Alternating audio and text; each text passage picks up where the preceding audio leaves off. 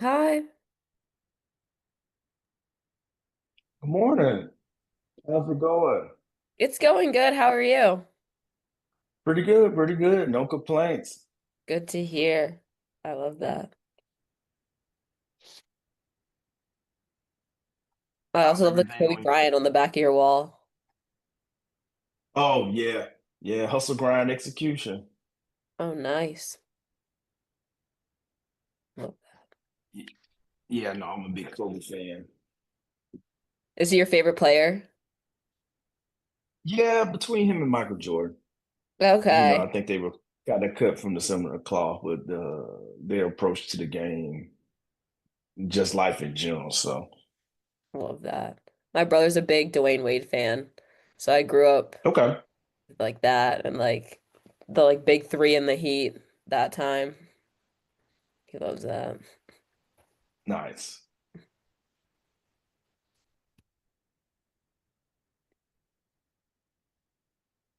Everyone's note takers jumping in there.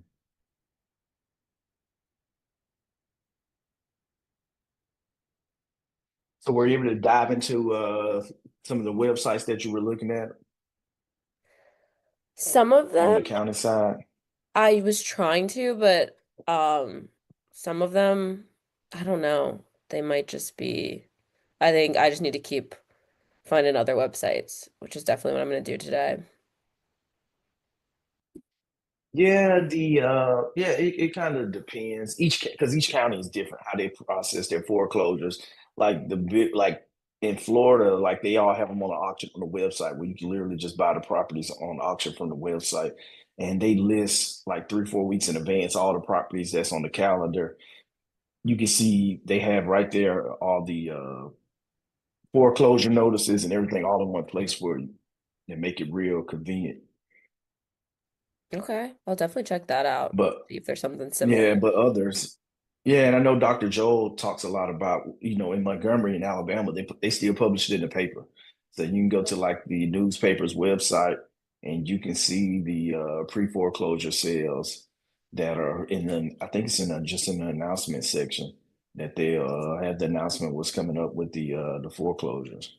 Okay. So you just got to find out what's going on with your county and how they process pre-foreclosures. And I think really digging in on Maryland, I haven't from experience, but I've heard that with Maryland just being their state that it takes forever to process pre-foreclosure. So that's something that you want to take a look at and just see where they are in the process. So if you're talking with leads that may be 2 or 3 years out from something actually happening to maybe finding leads that are further along in the process that you may be able to help that may be more inclined to have a sense of urgency to do what they need to do. Okay. Yeah. Thank you. Yep, no problem. Good morning, Sheila. Hey, Morning, guys. welcome, Kyle, Leslie. Morning, Johnny, and everyone. Good morning.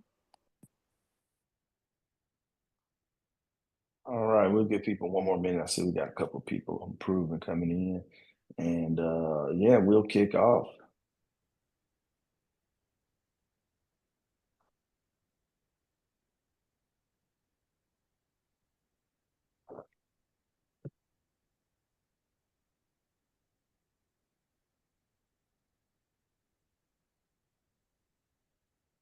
Okay. Well, awesome. Welcome everybody back to another $1 million coffee hour. We got a few new faces in here this morning. But really just kind of want to kick off the morning with just starting with wins. I always believe in one starting off with gratefulness and what we're grateful for. And I think that starts with wins, even the little wins. I think showing up every day, chasing your goals is a win along itself. But if anybody has any wins on the investing side, business side, or just life in general side, definitely opening up for that. Start off with some good news.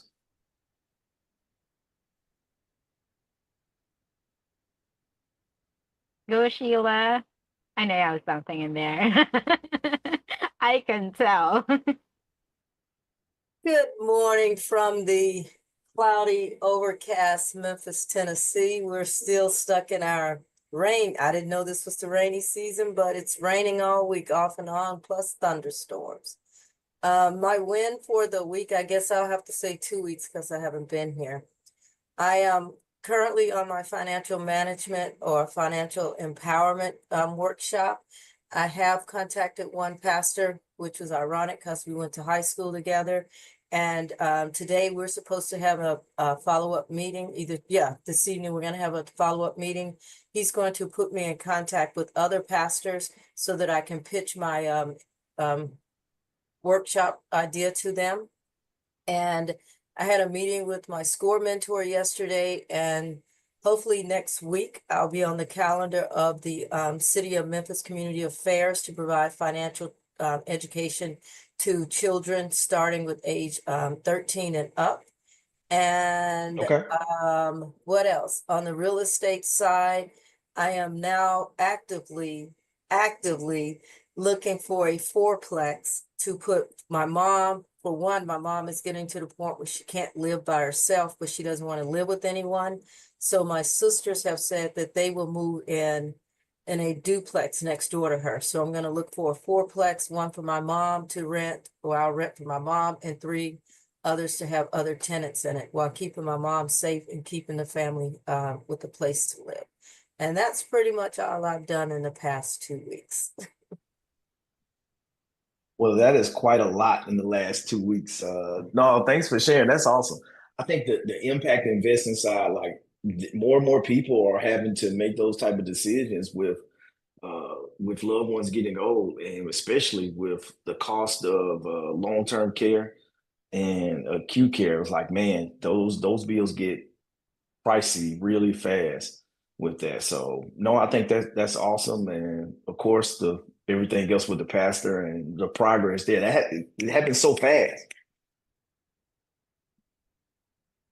From concept to, it's like, hey, you're hitting the ground running. August, you're gonna probably have some first sessions kicking off here soon in the next few weeks. Yeah, the plan is, but long story short, I started this journey 2 years ago, but I got in my way, so I got off my path. Now I'm back, so we're staying motivated and staying going forward.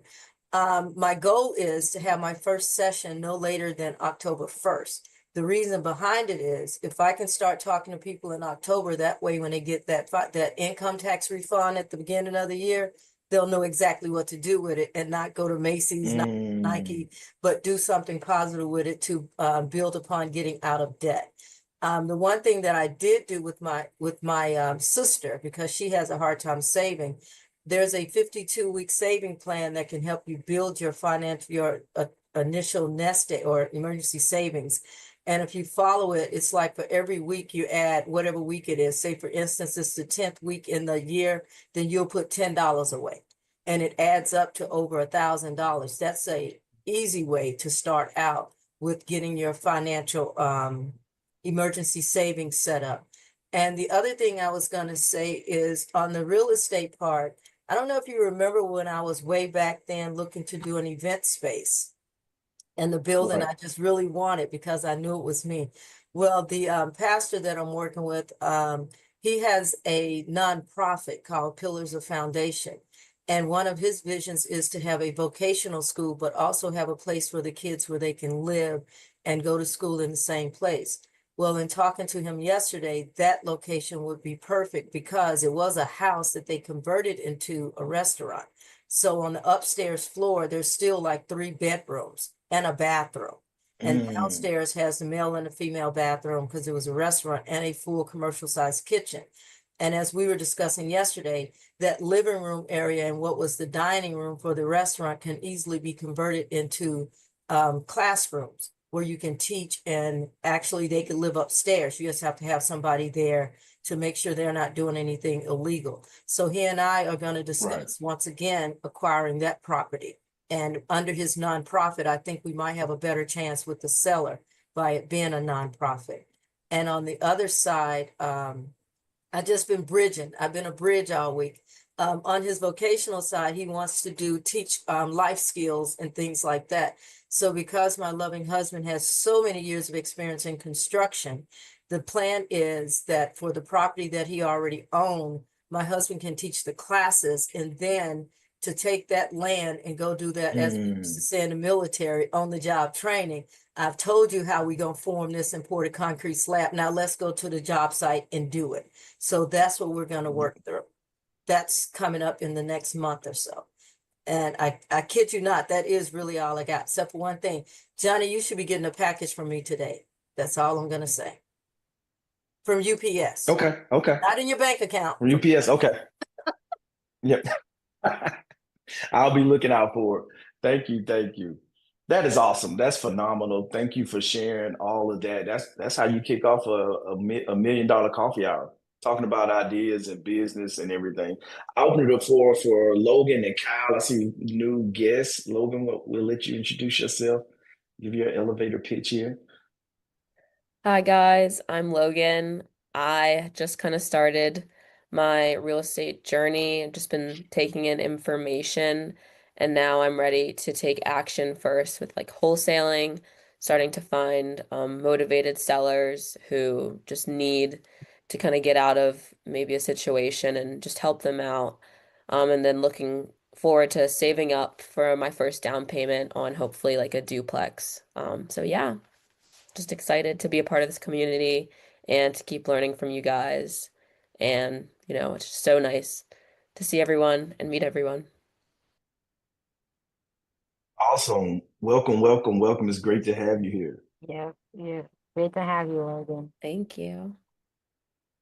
Kyle, how are you this morning? Doing very well, Johnny. Good to meet you in person. I think we have missed each other everywhere we have been. Um, so, my name is Kyle Wentworth. I'm 49 years, almost 50 years next month in the IT space. Owned and managed IT services company for 30 years. The last 5 years, I've owned a fractional CTO and operational maturity consulting practice. Essentially, what I do is, and this is a side of real estate.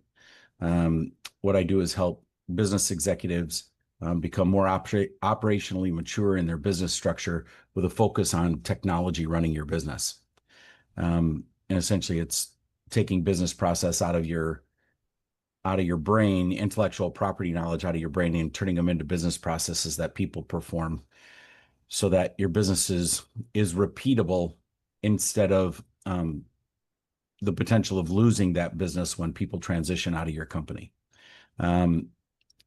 Because you lose intellectual property every time somebody's done a task that wasn't documented. So, and I do all that from a technology background, help companies make wise technology decisions.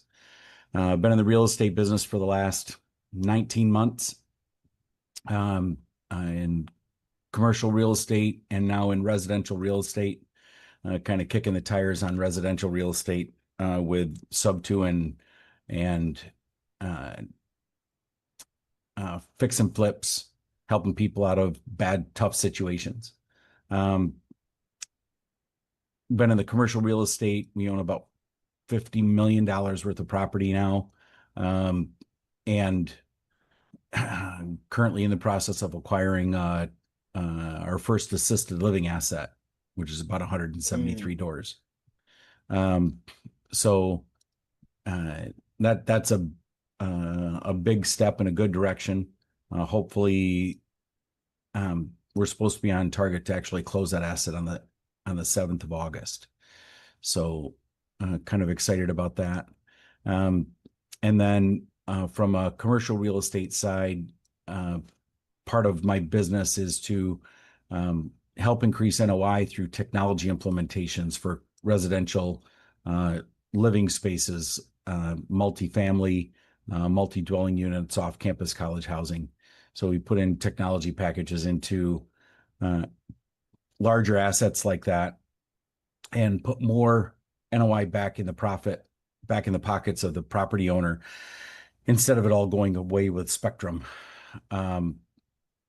We turn the property owner into the internet service provider for their own tenants. So a couple things going on. Yeah, a couple. That's awesome. So what markets, on the residential side, what markets are you in? And then kind of on the commercial, is it kind of both On same the markets that you're looking in there? on the residential side, it's drivability. So in a lot of the sub two space, you want to be able to drive a contract to somebody to get them to sign that contract. Um, and then also you need to be able to see the asset. So unless you have boots on the ground someplace in a remote location, already pre-established, because these things need to move quickly. Most commonly, you're in a position of within the next 30 days, you're going to be in a foreclosure situation. And so we Right. want to get them out of the foreclosure situation.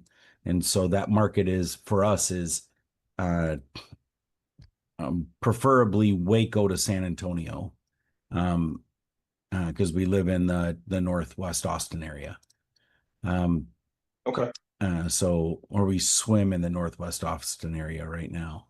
Um, Yeah. uh, so, um, but as for commercial real estate, we're all over the country: Florida, North Carolina, Oklahoma, Colorado, and then we have another huge push mission that we're getting ready to do assisted living assets specifically on contract to the VA for veteran only assisted living assets all through the state of Texas. So we Mm. I'm a service disabled veteran owned small business. And so one of the places, because of our background in real estate, we're going to add that NAICS code to our list and then develop assisted living assets from Houston to Dallas, um, in conjunction with a nonprofit that I sit on the board for called the Veterans Ranch, which is a equine therapy PTSD assistance organization. We help veterans and Gold Star family members through PTSD situations using equine therapy horses as the vehicle for that support. We're moving the headquarters of that location from Florida to northern Texas, um, buying a 580-acre property and putting 40 horses on it and 40 tiny homes, 2x2 tiny homes on it to support veterans in their struggles with PTSD. No, that's phenomenal. In Texas, I'll be in Texas in Fort Worth in September for the Veterans and Real Estate Conference. I come out and speak at that every year there. But they had someone from Veteran Services. Like Texas is by far and large like number one when it comes to like serving veterans and for the resources they provide for veterans. Like it is it's Texas and then everybody else. So no, that's phenomenal and great opportunity. Waco. So what do you think right now about Waco and for the residential market for his new construction? I actually got offered a deal a couple weeks ago that I'm working with a team with for new construction for some residential homes there in Waco. Waco is starting to slow down. Um, both Waco and Austin are starting to see situations where rent is actually decreasing. And so that's a concern in both the residential commercial space and the residential home space. I say residential, the multi-dwelling unit, multi-family unit, commercial space, and then the residential space. We're seeing that rents and prices of houses are coming down in the reacquisition. So that means because the cost of build is not coming down, and more than likely our cost of labor will slightly increase in the next 12 months. We're going to see an increasing cost in the build cost and the price of a brand new house. And Waco area, there still isn't enough residential housing for people who want to actually buy a house, but those houses that they want to buy aren't affordable. So that's the hard Okay. part in that space is and I go through Waco frequently. My brother, retired Army military intelligence officer, It lives in Okay. McGregor. So I go through that area quite a bit, and I don't see as much construction right now. I mean, like desperately not as much construction as I did a year and a half ago. So um, the obvious piece in that is the houses are just too expensive for what you can actually um, afford in multifamily. And so people are adopting a multifamily acquisition more than they're adopting residential. Um, and I don't see an influx of people coming into the Waco market as much as I do in the Austin market, but that's slowed down by Yeah. more than 50 to 60% in the last 8 months. So Yeah, no, thank you for that it's rundown. And Kyle's I Market think we, Minute. yeah, no, that was great, Kyle. Because I know a lot of times you hear about the, Austin's, the Phoenix, the larger markets, and track the data there, but get some insight on Waco is awesome. That's something to look at. These guys, they have the capital and they have the land, and so now, and working through with the builder to kind of refine the cost is kind of the next step. The thing that we're Working with the seeing lender. more, yeah, the thing that we're seeing more building of here, which just um, I shake my head at, but for some reason it's still getting filled, is industrial flex space. So Okay. in the Austin area, there's a lot of industrial flex that's still being built and still being leased, and in a lot of cases pre-leased. Okay. So pre-leased by sometimes as far as 12 months out. Haven't even cracked ground on that area, and somebody's like, "Oh, I want an office there." So Like pre-selling, like uh, before they build it. yeah, they're pre-leasing, essentially signing contracts for people with down payments on an industrial flex space before it ever even is built, Right. so that somebody can get that asset in that location. There's a lot Yeah, of that's where you want to construction be. on, yeah, there's a lot of construction north of um, industrial flex space, north of Austin, Georgetown, north of Round Rock, north of Georgetown. There's a lot of this going in, and they're big spaces. I mean, huge. Like, how in the heck did that thing just go up in 7 days?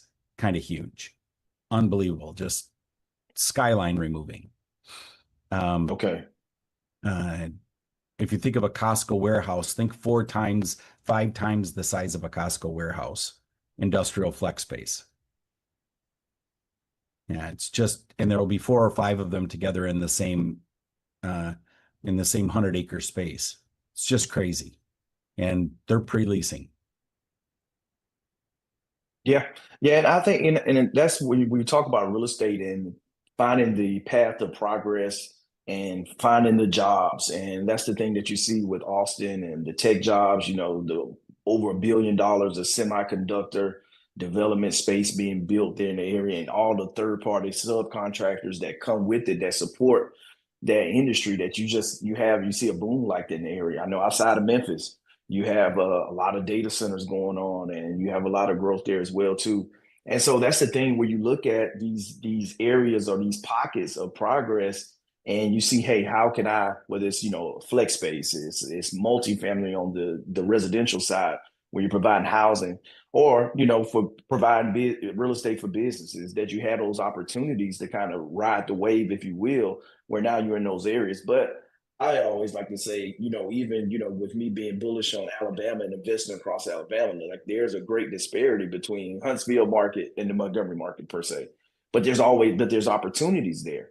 If where you're buying on the right side of town, there's not any new construction that's happening in the multifamily space. And so if you position yourself strategically in these different markets, whether it's the Austins or whether it's the Montgomerys, that if you do it strategically in the right way, that you can build wealth over long term. And that's what it's all about making strategic moves and taking all this information like Kyle's talking about, and now understanding, hey, how do I fit into this space and what's the right move going forward from there? If if you want to watch a specific area, the city is called Rockdale, Texas. So Rockdale, Texas is a tiny little postage stamp with 5,500 residents.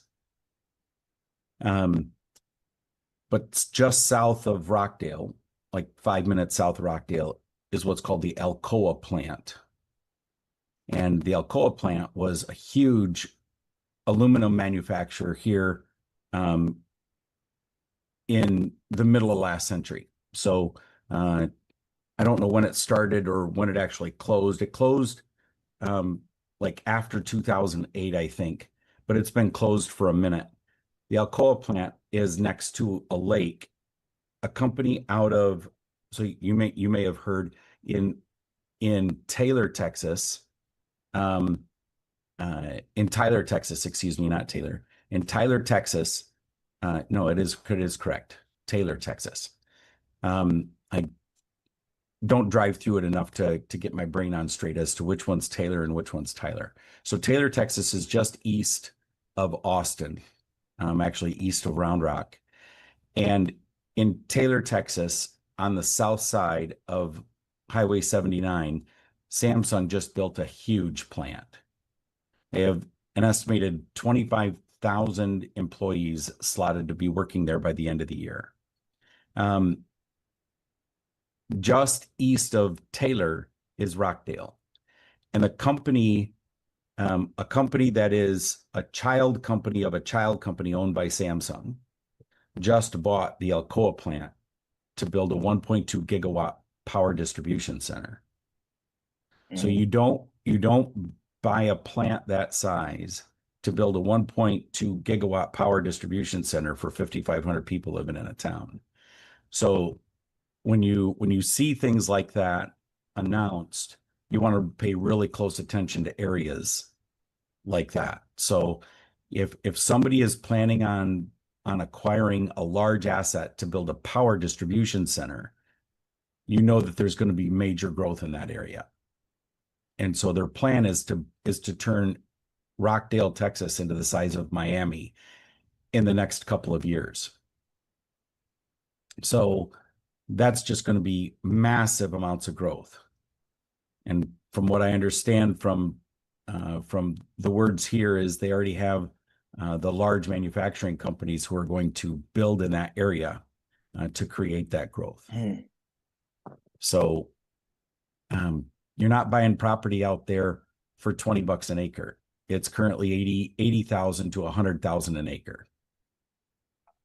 It's already moving up.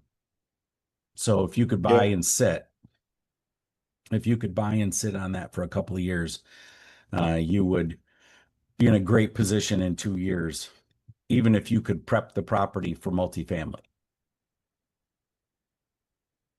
and have it all construction ready. Yeah, no, thanks for sharing that. Extremely informative, Dad. A lot of times we hear about the economy and, the talk about, unemployment and recession and where we are with inflation and everything, but there are still opportunities abound throughout the marketplace if you have the knowledge and the insight to go out and seek it and find it. So, no, thanks for sharing all that, Kyle. That was a great deep dive into the Texas market and Waco, Austin sub market. So definitely appreciate that. You're welcome. And we may have to get you to come back and talk a little about that assisted living deal too. I know we have a couple people that have shown interest in that. I think that's always something to look at as the population and baby boomers become older. And we were just talking about that with Sheila. She just shared her experience and what she's looking at with a fourplex. That I think understanding the business side, because I know some people focus on the real estate, others focus on the actual business, the operations. So it'd be cool to kind of see how you guys are approaching that. If it's you completely vertically integrated or you're just focusing on the real estate side of it, and come in after you guys close and maybe share a little bit about the deal. That'd be good.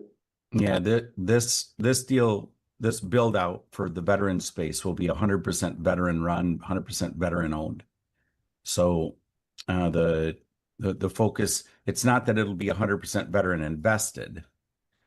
So we'll syndicate every one of the properties to create investment paths for individuals. But my ultimate hope would be to syndicate through people who are definitely directed, veteran focused. So, but yeah, we're through 2060. The assisted living assets are going to be the heavy hitter for money coming in, for properties that you need to acquire in the commercial space. We're currently 1.2 to 1.4 beds short per people needing that space. And within the next few years, it's going to get dramatically even worse. They're anticipating that we're going to have upwards of 50% shortage in the next 5 to 7 years, just because Yeah. the age group is cresting in Yeah. that space. But you'll need between now and 2060. In 2060, it's just going to fall off. But through 2050, you should be thinking about acquiring these assets. So, yeah, it's a huge market with much better returns than you can get inside of assisted living, or excuse me, inside of multifamily. Hey, Kyle, at some time after this, I would like to talk to you and pick your brain about the veteran assisted living place, because that's one of the things that my husband and I discussed doing here in Memphis, is acquiring a place for veterans only. I am a retired service-connected disabled vet as well, and so is my husband. And we both have suffered from PTSD and continue to. We just manage it through therapy and things like that. But at some point, I would like to exchange contact information with you to talk to you about how do I get it started, and basically what do I need to do next besides come up with the vision. Okay. I'd love to. I'll dump my contact info in the chat. Thank you so much. Very Sorry, welcome. Johnny, didn't mean to cut you off. Yeah, no, that's great. No, great. I think this is great conversation. That's what this is all about. Anyone else? I know we had a few other people come in here the last 10, 15 minutes or so, and we're just going through wins, introductions. I see a few new people that came in and some old returnees. If anybody wanted to share any wins or anything as well, I had put together a few things to kind of talk through about the new big beautiful bill and just the impact that's going to have on the real estate space. But definitely want to open up to the group at large, everyone that showed up, and really kind of talk through any challenges or questions or anything, deals that you're working through that you may want to crosstalk with the coffee hour attendees to kind of go through that. This is kind of what the time is set for, because I think one of the big things with the big beautiful bill that if you guys haven't gone through it, like, all investors and business owners are the recipient, the true big recipients of this bill, who's going to win. When you start looking at one, of course, on the multifamily commercial space, you got the 100% bonus depreciation, which I think it had tapered off this year. It was going to drop. See, 23 was 80%, 24 was 60%. So 25 was going to taper off to 40% of your sub 20-year depreciation schedule items that you could depreciate all in the first year. So now it's back to 100%.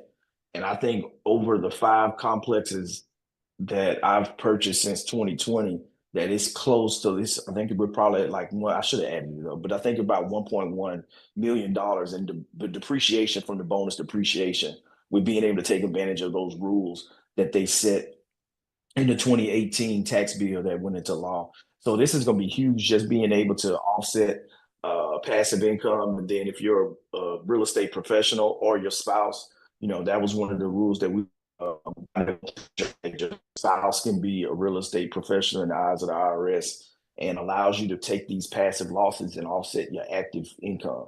And so strategies like that with bonus depreciation is a game changer, where you can keep more money in your pocket and invest it and defer taxes down the road. Of course, they extended the opportunity zones where they were and expanded in some additional areas as well too. And they added some new rules in there, but opportunity zones are going to be a great asset for investors to take advantage of different aspects. I know I've talked to a couple of funds. The most recent one was in San Jose, outside Silicon Valley, and they were building a new Marriott hotel there, and it was considered an opportunity zone. and just to being able to defer capital gains, move money into some of those funds. And and so that's just the opportunity that comes with that. You got Section 179. A lot of people just focus in on the, purchasing a vehicle or equipment for your company that's over 6,000 pounds that you can do the 100%, you can write off the cost of first year. And so, but a lot of times it goes past that with other, you start looking at like multifamily, HVACs, buying equipment for your properties and things like that, that now you can take 100% write off in the very first year instead of capitalizing it and having to depreciate it on a schedule over multiple years, that now you can pull all that forward. So take, for instance, and you see this, I'm gonna say the Grant Cardone rule, but you see a lot of people, they go and say, hey, they went and bought a private jet and you can write off like $2.5 million in the very first year. You can still finance it. So if you finance it and say you put 100K down and you're making a $15,000 a month payment, you can still write that $2.5 million off the very first year, even though you only put 100K down and you're making $20,000 a month payments. So it allows you to depreciate that asset all in the very first year. And so it's the same thing with businesses buying equipment, commercial real estate with the bonus depreciation. And so that's how, a lot of people are strategically position themselves with these tax laws. And I think the other one was up to, I think, interest on up to $750,000 house or property. And that's for everybody. Owners, where you can deduct your property taxes on a property up to 750K. Then of course you can always deduct your mortgage interest as well too. So the thing with that, going through the bill and really focusing on that is, those who own assets, you're winning, and those that own businesses, commercial real estate. And so those are the avenues. And so really, somebody told me this years ago that if you really want to focus on what you should be doing or what the government wants you to do, is look at the IRS tax code, because guess what? They're going to incentivize investors and the capital and the economy by the rules that they're writing. Just because they scale back, I think it's the end of September 25, that all of the EV credits and a lot of the green initiatives, that they're sunsetting those, because that's not the emphasis right now in the administration. And so they're not incentivizing people to invest into green efforts. And so a lot of that in electric vehicles. And so now you see the tax rules, the tax rebates and things are not going to that. And so I think one of the big ones that you was added in there, up to $10,000 of interest for a car. If it was a car made in America that you purchased, then you can write off up to $10,000 of the interest payments on financing that vehicle. And they're trying to incentivize people to, guess what, buy American made cars. And so if you're going through and looking at the rules, that this is just kind of forcing behaviors across the economy with these new rules. And so the biggest thing that you can do is figure out how you can align your business, your investing in these areas as well, where you can, of course, so you can benefit from them, as well as continue to grow your portfolio and really maneuver accordingly based off the updates to the rules. So from everything that I saw, they're cutting Medicare almost $1 trillion.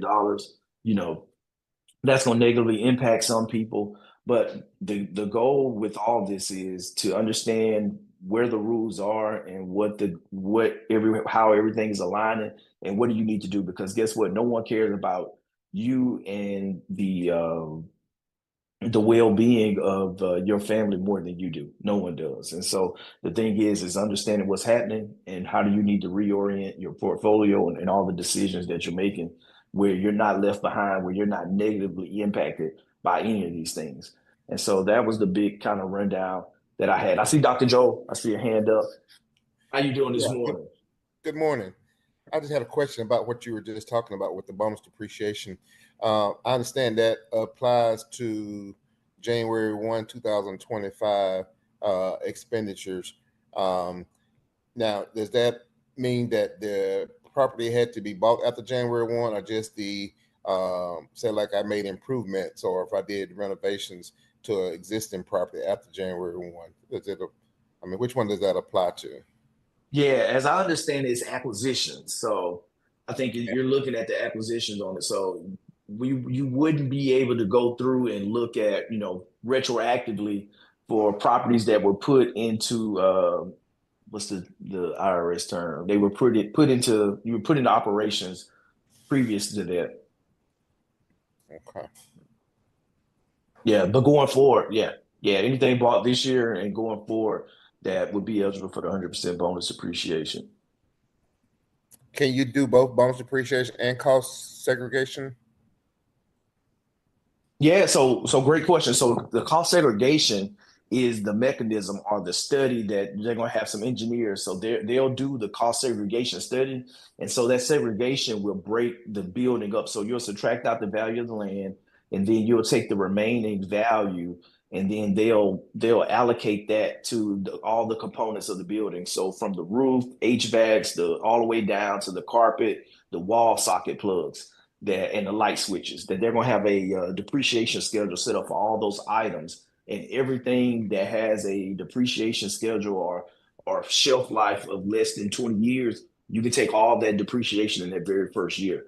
So that cost segregation is that engineering study of the asset that's going to give you that breakout, and then you hand that over to your CPA, and then they'll take and add that into your taxes, where you can I forgot what the form is for that, but that's how you'll capture that and give that study over to your CPA to be able to write that off your taxes.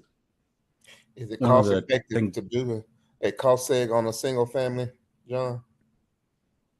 Today it is. And from what I've heard, that a lot of people say, you want to start at maybe a duplex, but really now they have a lot of software. The engineers don't have to come out to your property like in the past. And there are a lot more businesses that operate in that space. So it is cost effective now. And they have a lot of software that makes it pretty straightforward to be able to go and do that. Where, because before, you were paying anywhere from $2,000 to $3,000, $5,000, even more, if you go further back to these, where it was really cost prohibitive, if you didn't have like a large multifamily where you can get a huge write-off. But now it's a lot more advantageous, and opportunities there. Kyle, you're about to say something? yeah, if you're going to buy an asset and do a cost segregation study, make sure your cost segregation study is outlined in a way that you could use that as a selling asset to your buyer when you decide to rotate that asset. If you have a cost segregation study completed and you have the documentation from that cost segregation study, and any new asset that you add to the property, you add technology to the property, you add a new HVAC unit. If you fully document that as a cost segregation study would need to produce the content, then you're going to create a document that your purchaser already has incomplete inventory. That is a selling point because it'll reduce the cost of their cost segregation study when they acquire the asset. Because every new purchaser will need to do a new cost segregation study on that asset. So if you have the documentation completed ahead of time, it's like another tangible asset that you can use in the process of the sale. Thank you. Quick question. Are you able Yeah, to no, that's use, great. Go, oh, Nicole. sorry. Go ahead, Hey, Nicole. Sorry. sorry. Are you able to use the cost seg on your primary residence, or this is only for investment properties? Yeah, as I understand, it's just for the investment properties. I don't think that will allow you to depreciate your home like that. Boo. Okay. And it's not as easy to Now, use cost segregation in a single rental asset. You need to have a you need to have a business structure that most commonly would include a portfolio of assets to do that. Okay. no, that's a great question, because I'm thinking, like, if you had an asset, like especially like house hacking, if you had like a 4 unit and you lived in 1 unit and then you eventually moved out and now it's just 4 rental units, that you could go in now because you're having it put in service as a rental property, that may be a way you like, okay, once you kind of transition that asset from a primary residence to a rental property, that now you can go in and depreciate it and do that. So no, that brings up a really good point. Mm, okay. Yeah, I just have to pocket this strategy for a little later because my 3 unit I wanted to put in service, but I've had it for a long time, and so now this is only after purchases after 2025. So, um, my next thing was purchasing a primary probably next year, which wouldn't be a multifamily. But I'm still going to be purchasing other real estate in the future, so I'll save this in my pocket. And what year did you purchase your 3 unit? So 10 years ago. Okay, okay. Yeah, so you just been kind of taking the straight line, 27 and a half year Yeah. depreciation. Yeah,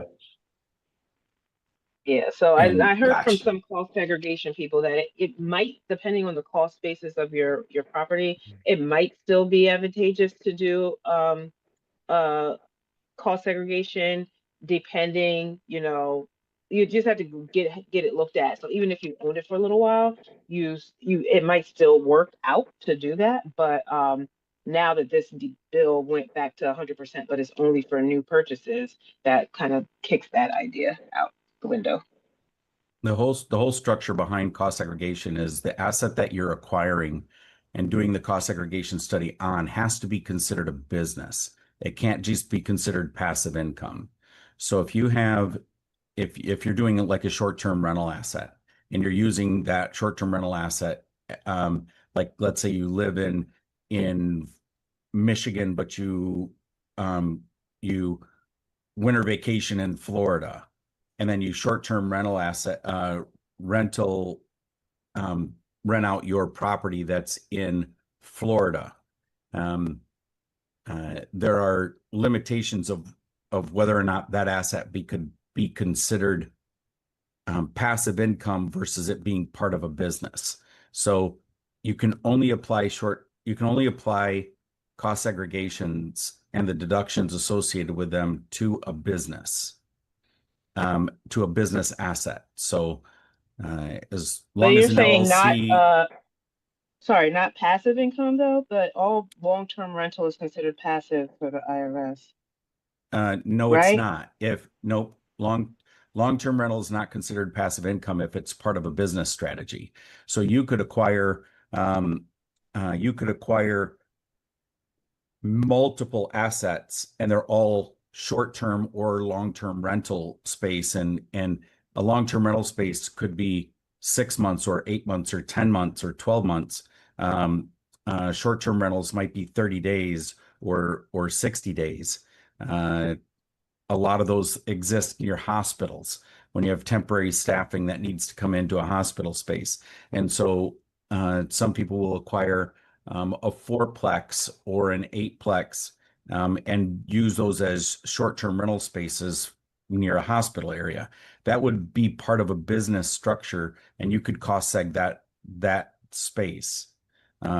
So it really has to do with how that asset is defined in a business structure.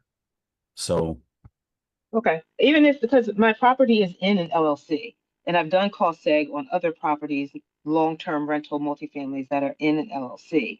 And anytime I've talked to my accountant, I think short-term rental is considered anything less than 30 days. And so anything more than that is considered, at least from my understanding, basically that's passive income in the way that the IRS classifies it on the tax return. And anything shorter than that, under shorter than 30 days, is active income, which is where they could get the whole, I'm forgetting the terminology, where you could be a real estate professional for short-term rentals and you have to meet certain requirements. But that's because it's active income and can go against be written off against your active income if you have a W-2 job and all those other nuances. So maybe I'm just misunderstanding all of that. so um, passive rental act um, so passive rental activity is let's go back to your first question, a short-term rental. A short-term rental is averaging usually 7 to 30 days. Um, and so uh, you, it's a lot of this comes down to your business structure associated with the income. So and I want to, because I'm not a CPA and I'm not a tax advisor and I don't play one on TV. Um, Yeah. I would definitely say a real estate CPA is the person you need to ask that question to, not your accountant and possibly not the guy who.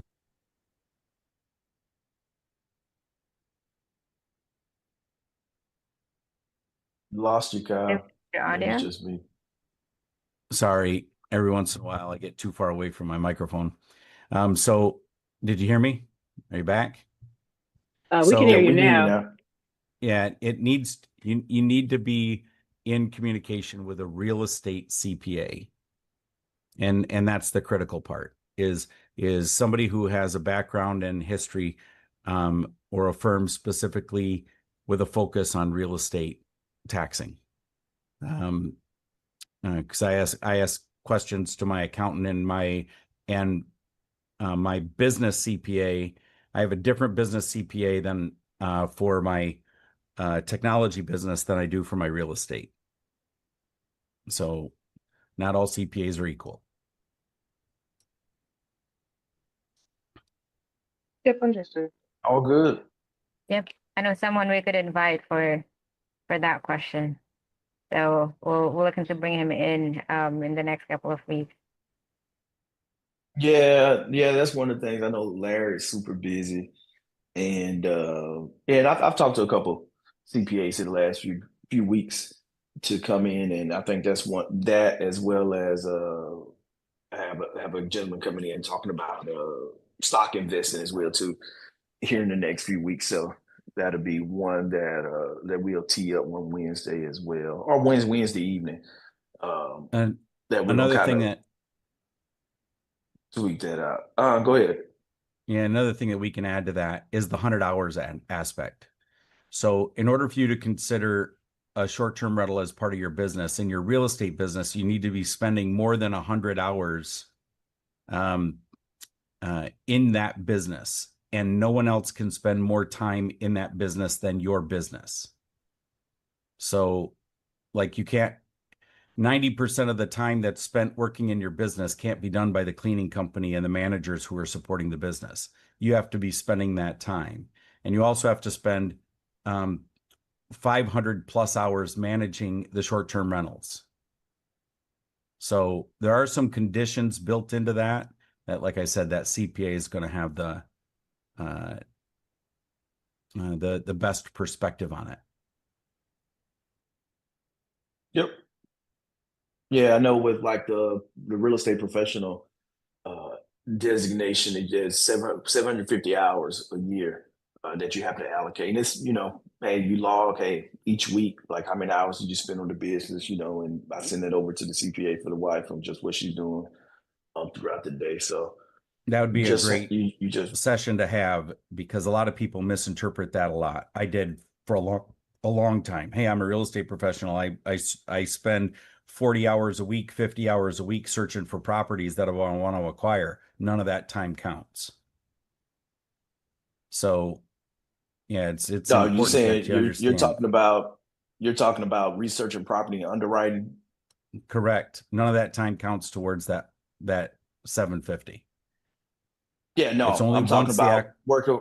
No, I'm talking about managing contractors, utility Mhm. companies, the fix and flip aspect Right. of the business, and all of that. But yeah, Yeah, I yeah. completely misinterpreted it in the beginning of this because of some bad advice that I got.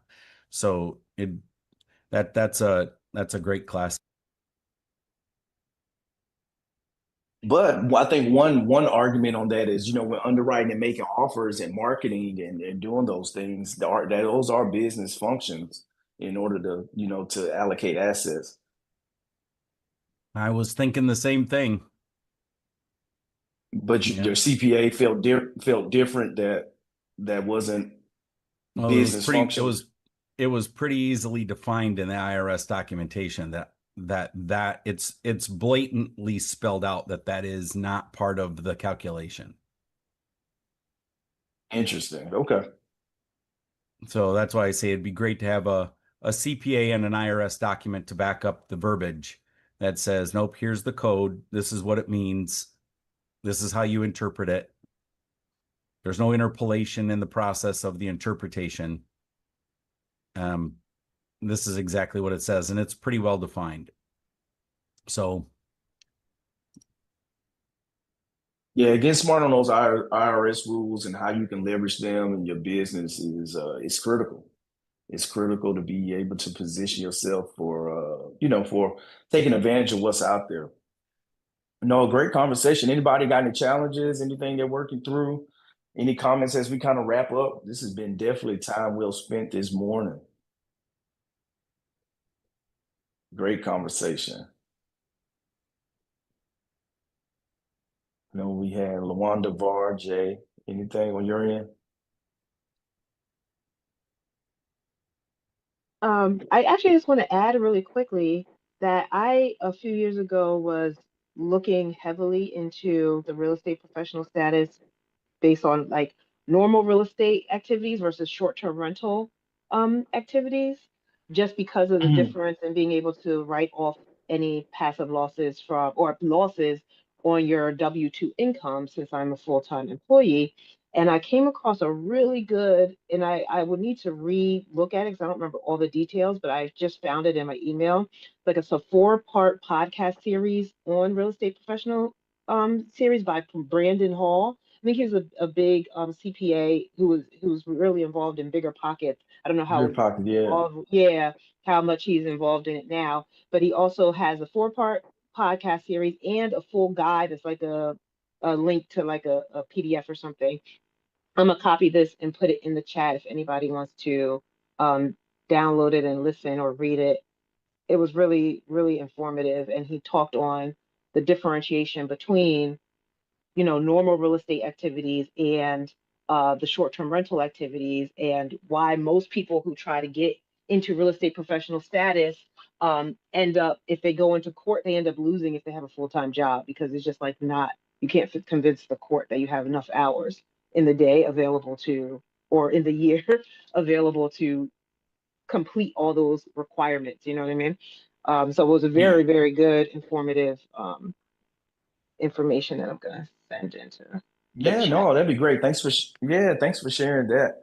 I think that's one that's just kind of digging in, and one of the nuances that we found, like, hey, with my wife being a stay-at-home mom and managing the business, when I'm locked in a skiff with no cell phone during the day, that that's a designation where it doesn't have to be you as an individual, it could be your spouse that's managing the business, that's active there, that can do that and set you up for that. So no, that'd be great.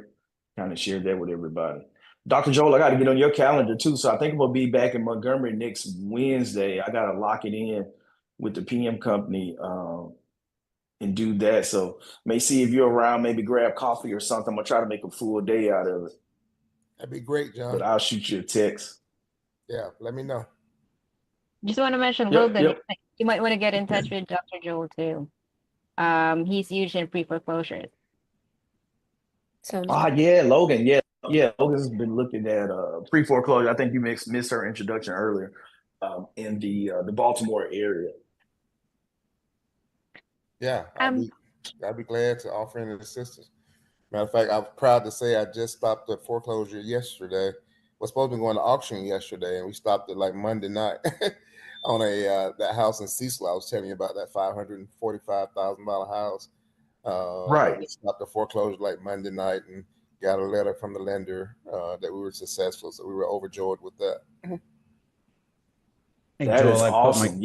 I put my contact info in the chat. I'd love to have a conversation with you about it too. Sure. Maybe the three of us, Logan, you and I can get on a conversation on that. Yeah, that sounds great.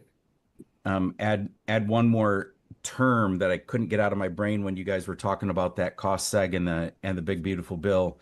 It's the term placed in service. So that's a very Yeah. critical term. The asset that you want to cost seg must be placed in service by January 19th of 2025. Okay. mm, In order for you to get the 100% depreciation in 2025. It's amazing how little terms in this right. industry make such a huge difference. in your definitions, and that term placed in service was a big one. Yep, that's the date. It's crazy. So if I set up an LLC and let's say I hire myself and clock in, clock out, like just being on a 9 to 5 job, would that be considered in that 750 hours? It depends on the type of work you're doing. It's not that you're an employee of a company. It depends on the type of work you're doing that qualifies for that.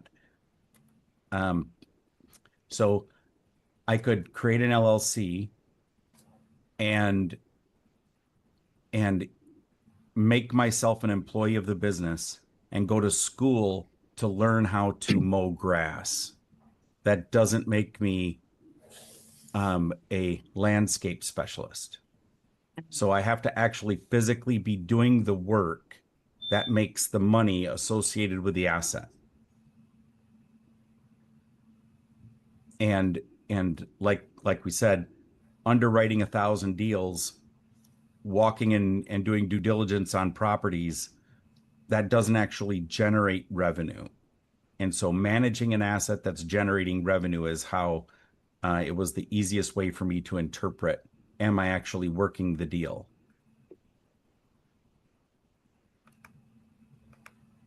And so it takes quite a bit. I can buy one facility that's 100 doors and hire a management company that manages that property. And I may only spend 2 to 3 hours a week, maybe 5 hours a month, 10 hours a month managing the management company that's managing the asset. 10 hours a month gets me 120 hours a year. So I'm going to have several of these properties in order to collectively put together 750 hours. But can't you also record the time spent researching that deal, making a deal with the buyer? Nope. None of the time to acquire the asset is considered part of the 750 hours. Now, I would love to be proved wrong, so please somebody prove me wrong. Okay. But according to the real estate CPA that corrected my incorrect way of thinking, you have to physically be working in an asset that's actually making money for it to be considered time.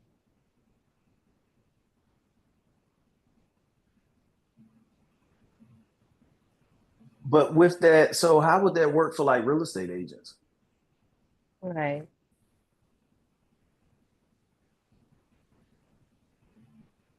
You're muted, Cal. Sometimes people would like that. But yeah, that's a real estate agent goes through a technical course, takes a certification test, and gets a certification and a license to perform real estate. We don't. Right. So that license allows them to. That license, their business is that business. And so they're never owning a property. So they're a real estate professional. And I'm assuming here that legitimacy in term is we are not licensed realtors. We are not licensed brokers. We are commercial real estate investors. And so there is no license that we've gone through to create that certification that says I'm a certified professional in the industry. So just because I sit at my house underwriting assets for 100 different real estate investors doesn't mean I'm a real estate professional. Yeah, that's an interesting working... concept. Yeah, because that's the same functions that a lot of agents are doing to get the pricing for a listing and things like that. It's the same functions, but they're looked at two totally different ways. So in that case, it may be worthwhile to even get the license just for that designation, then check the box, it sounds like.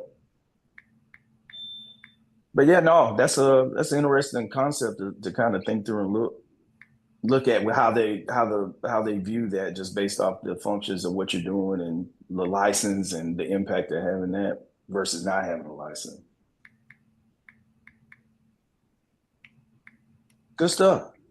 Yeah, Well, we're at the there's top of the hour, a little bit over. yeah, And there's a but lot of no, little great details in conversation. this. There's a lot of little details in this. I'm pulling up a document that I have, and I'll post that in the chat. So if you look at your, I'll get it there before we actually close. I almost have it open. Yeah, and Faye, and you can share it in the school community too.